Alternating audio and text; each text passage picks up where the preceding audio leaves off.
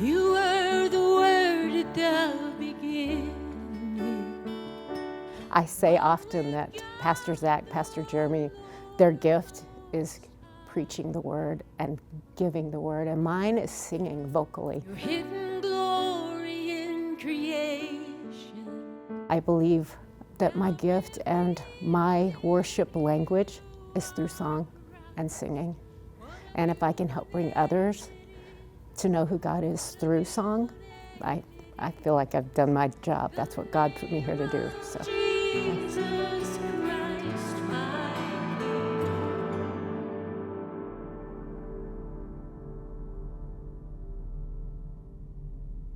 I'm Amanda Farmer, and I've been coming to Vertical Church for about 2.5, 3 years. And we started a launch down in Borellis Vertical Church 2 years ago. And I'm part of their worship team and part of the women's Bible study and do a lot of participating. My husband and I are deacons, and we try to serve and do the best things that we can do for our church and our church body by serving God. I became a Christian at 11 years old. I used to go to church camp and church with my grandmother. Church camp every summer, always turn to God in times of trouble, because that's when we all seem to find and draw close to Him, is when we're going through things. I have 3 kids. My oldest was Leanne, and she was 33, and I lost her January of 22. Leanne had suffered depression and mental illness since she was diagnosed when she was 14 years old, and struggled for lots of years with that. Once she got older, out on her own, sometimes she would go to doctors and seek the medication and things she needed to be stable. Other times she self-medicated. And she had some friends that, weren't the best influences.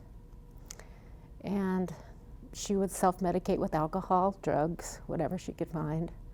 And last year, her paternal grandmother passed away. And 2 days later, Leanne was writing a poem and got just very depressed. She was pretty close to her grandmother and self-medicated. And it was laced with fentanyl. And she fell victim as one of the statistics for that crisis that's going on in our world today. It's something no parent ever imagines happening. I think my first comment was, this is only on TV. This doesn't happen to me. This don't happen to people I know. This is television. This is stuff that happens on television. It's not real. You didn't want heaven without us. I took off about a month is all I took off from worship. And I went to church immediately. The very Sunday after she passed, I came to church. I bawled. I cried all the way through church. But I was there. And I sang all the songs from the congregation, which, you can't shut me up whether I'm up here or whether I'm out there.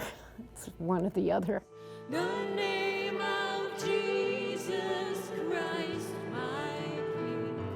But I felt like a month after she was gone, I told my worship team leader, I said, I need to be back up on worship team, because that's how I praise God, that's how I worship God, and I find fulfillment in that, and it gives me peace, and I find solace, and I find my roots and my strength just worshiping Him.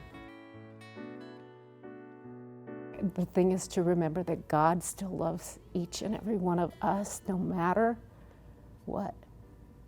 We believe in God. He never gives up on you. He doesn't. He doesn't give up on you. And you shouldn't give up on finding Him. The veil torn before you. I miss her terribly. And I know I'll see her again, but missing her physical presence and her physical being is something that is extremely hard. My family, my church body, all of them helping, lifting me up when I'm down, letting me know it's okay to miss your daughter. It's okay to miss her, it's okay to cry. But knowing my faith and knowing I will be with her again one day, that's all that gets me through, honestly, you know. Yours is the kingdom.